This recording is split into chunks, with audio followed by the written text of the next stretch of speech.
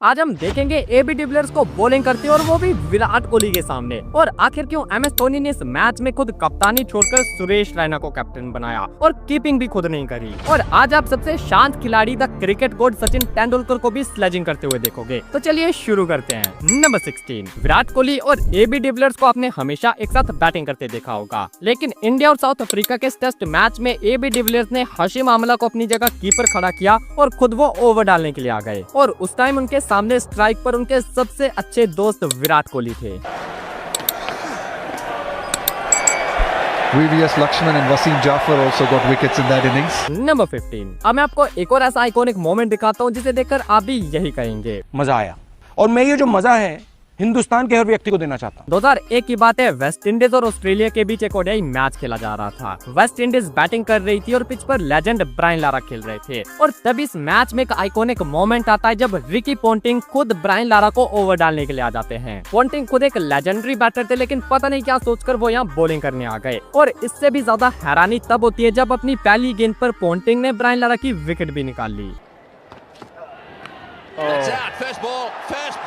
He's got him. Ponting's got him. Well, I was very definitely wrong there. Number 14, अगर की सीधी उंगली से न निकले तो उंगली को टेढ़ा करना पड़ता है। ये मुहावरा आपने भी बचपन से सुना होगा और ये स्पेशल मोमेंट भी इसी कहावत से मिलता जुलता है, जब शांत नेचर के सचिन तेंदुलकर सर को भी थोड़ी बहुत उंगली टेढ़ी करनी पड़ी थी। इंडिया और ऑस्ट्रेलिया के बीच ओडीआई मैच खेला जा रहा था, जहाँ इंडिया पहले बैटिंग करती है और ऑस्ट्रेलिया को 266 रन का टारगेट देती है। सिर्फ 27 ओवर में ऑस्ट्रेलिया 154 तक पहुंच गई थी और अभी उनके सिर्फ 3 खिलाड़ी आउट हुए थे। ऑस्ट्रेलिया के कैप्टन स्टीव वॉक बैटिंग कर रहे थे और सचिन तेंदुलकर उनके सामने बॉलिंग कर रहे थे। और जहां अक्सर ऑस्ट्रेलिया स्लेजिंग की शुरुआत करती थी, वहीं इस बार सचिन सर ने इसकी पहल करी। जब सचिन अपना ओवर खत्म करके जा रहे थे तब वो स्टीव वॉक को स्लेज करते हैं। स्टीव वॉक उस टाइम तो ऐसा दिखाते हैं कि उन्हें स्लेजिंग से कोई फर्क नहीं पड़ रहा, लेकिन जब सचिन अगला ओवर डालने आए तब स्टीव वॉक ने उस स्लेजिंग का बदला इस बड़े शॉट से लेना चाहा, लेकिन बॉल सीधा फील्डर के हाथ में गया। Well, Steve Waugh starts most of it, so I don't think he can complain too much. He's gone for the big one here. And Agarkar coming underneath it. The catch is taken. Sachin Tendulkar has got the Australian captain. Number 13, अगर किसी wicket keeper को slips में खड़ा कर दिया जाए तो क्या वो वहाँ भी कैच पकड़ लेगा? वेल, इसका जवाब आपको एडम गिलक्रिस्ट की इस वीडियो से मिलेगा। दुनिया के सबसे बेहतरीन विकेट कीपर में से एक एडम गिलक्रिस्ट को आप इस मैच में कीपिंग की जगह स्लिप्स में खड़ा हुआ देखोगे, लेकिन जहाँ कीपिंग में गिलक्रिस्ट ने एक से बढ़कर एक कैचेस पकड़े, वही स्लिप में उनके पास 2 कैचेस आए और उन्होंने दोनों कैचेस ड्रॉप कर दिए। In the air and down. Gilchrist at first slip. Puts a waist-tight chance down.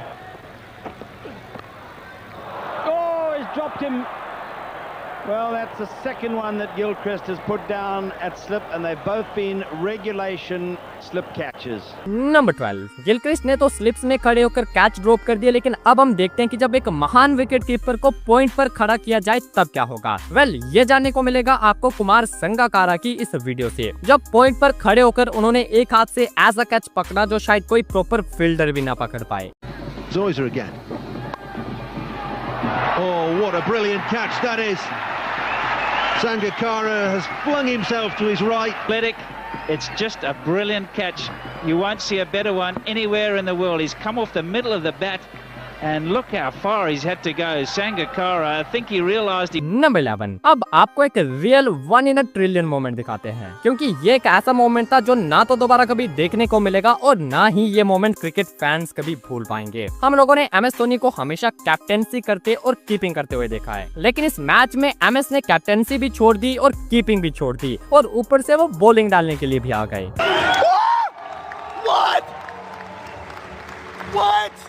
I know ये सुनकर आपका रिएक्शन भी कुछ ऐसा ही निकला होगा, लेकिन इस मोमेंट की बात करें तो 2012 की चैंपियंस लीग में ये देखने को मिला था, जब सीएसके वर्सेस यॉर्कशायर के मैच में एमएस धोनी ने कप्तानी सुरेश रैना को दी थी। कीपिंग के लिए रिद्धिमान शाह को खड़ा कर दिया और खुद वो फील्डिंग करते नजर आए और साथ ही ओवर डालते हुए भी।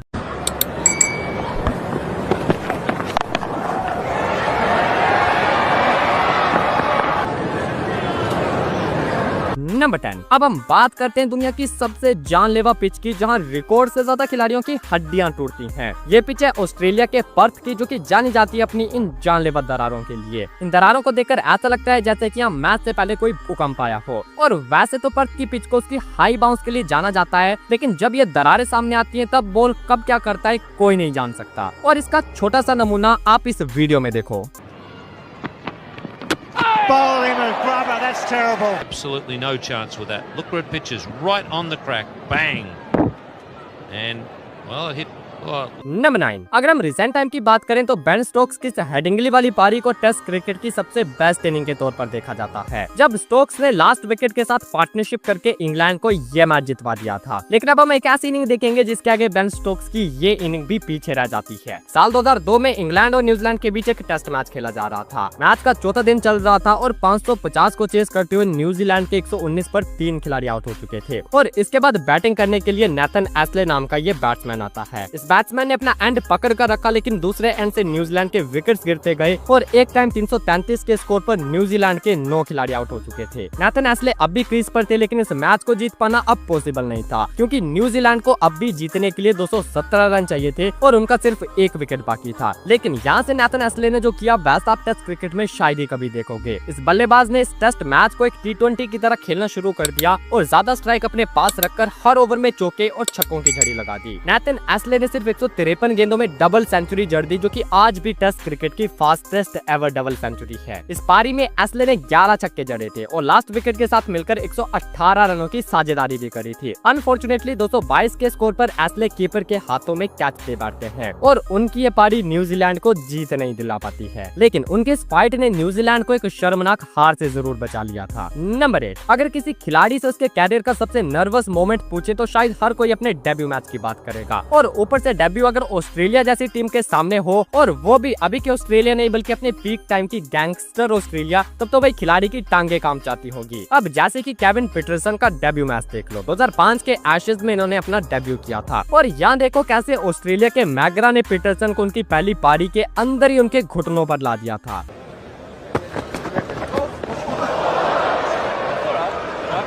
His left-hand side, McGrath thinking he was giving himself a bit of room. Has given him a bit more. हालांकि केविन पीटरसन की टांगे यहाँ भले ही कांपी होंगी, लेकिन वो भी पूरी तैयारी के साथ आए थे और 50 के साथ उन्होंने अपने टेस्ट कैरियर की शुरुआत करी थी। Half century in his debut test match.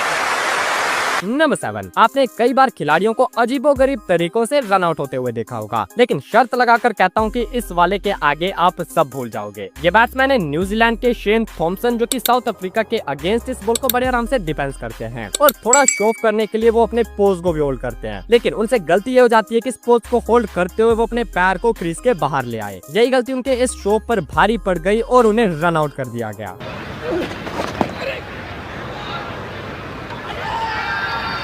Now what have we here? And stood there posing. Watch now how in walks Hansi Cronje, and he's standing there, feet outside the crease, and still he hasn't even seen or looked at Hansi Cronje. Number 6। क्या आप जानते हैं कि राहुल द्रविड़ एक बार India को छोड़कर Scotland की तरफ से खेलते हुए दिखाई दिए थे। ये बात है साल 2003 की, जब राहुल द्रविड़ ने स्कॉटलैंड के लिए 12 मैचेस खेले थे। हालांकि ये कोई इंटरनेशनल मैच नहीं बल्कि स्कॉटलैंड की डोमेस्टिक लीग थी और स्कॉटलैंड में क्रिकेट को बढ़ावा देने के लिए राहुल द्रविड़ को उन्होंने अपनी टीम में शामिल किया था। नंबर 5। अब आपको एक ऐसा लवली मोमेंट दिखाते हैं जिसको शायद आप बार बार देखना चाहोगे। हमेशा से क्रिकेटर्स और एड्स का एक फनी रिलेशन रहा है, क्योंकि हमारे बेचारे क्रिकेटर्स एक्टिंग नहीं कर पाते और उनकी एड्स देखने में काफी फनी लगती हैं। और उन्हीं में से एक ये वाली एड थी जिसमें MS धोनी, विराट कोहली और सुरेश रैना को फीचर किया गया था।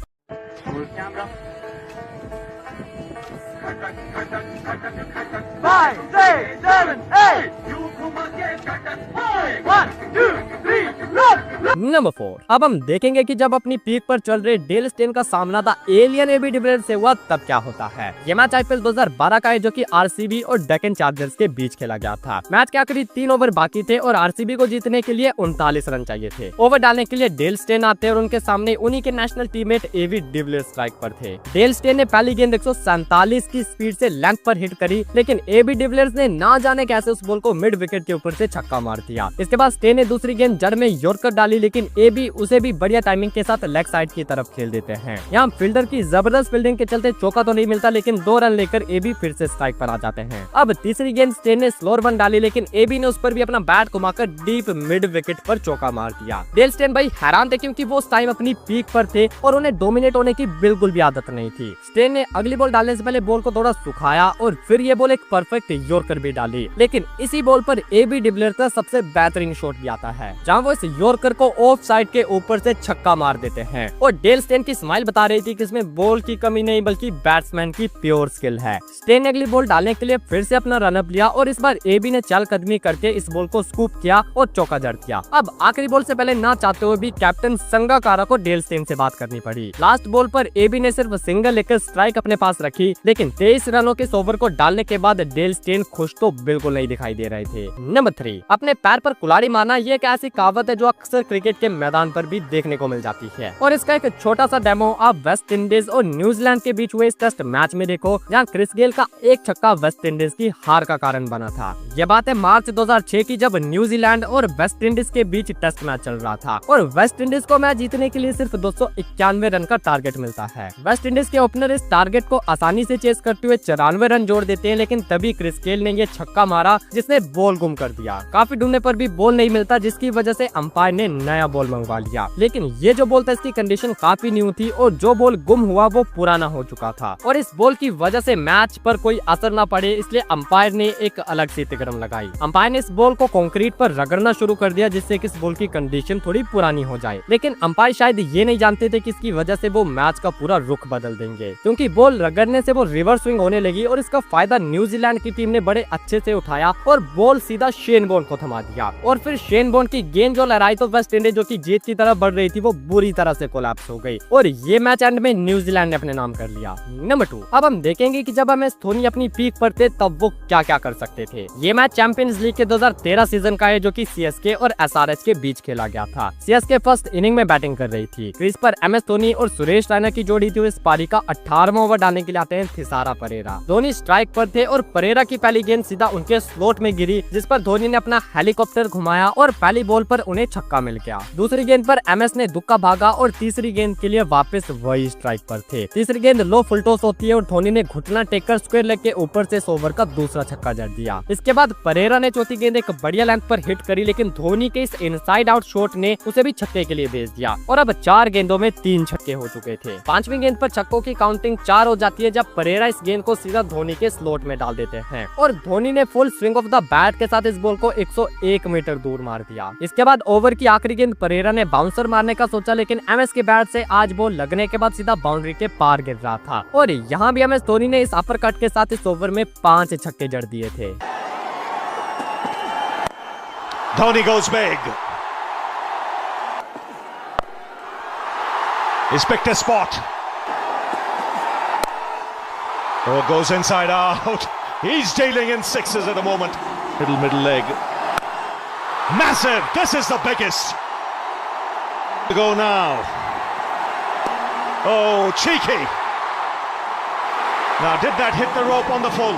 नंबर 1, यहाँ भी हम एक और MS धोनी मोमेंट को देखने वाले हैं और इस बार धोनी ने अपनी बैटिंग में नहीं बल्कि कीपिंग में कमाल किया था। आप में से बहुत कम लोग ये जानते होंगे कि वर्ल्ड की फास्टेस्ट स्टंपिंग का रिकॉर्ड MS धोनी के नाम है और ये वो स्टंपिंग थी जब MS धोनी ने कीमो पॉल को स्टंप करके ये रिकॉर्ड सेट किया था। अब ये स्टंपिंग कितनी फास्ट थी और इसमें कितना टाइम लगा था वो आप इस वाली वीडियो में देखो, जिसमें MS धोनी की एक नहीं बल्कि कई सारी जबरदस्त स्टंपिंग शामिल है।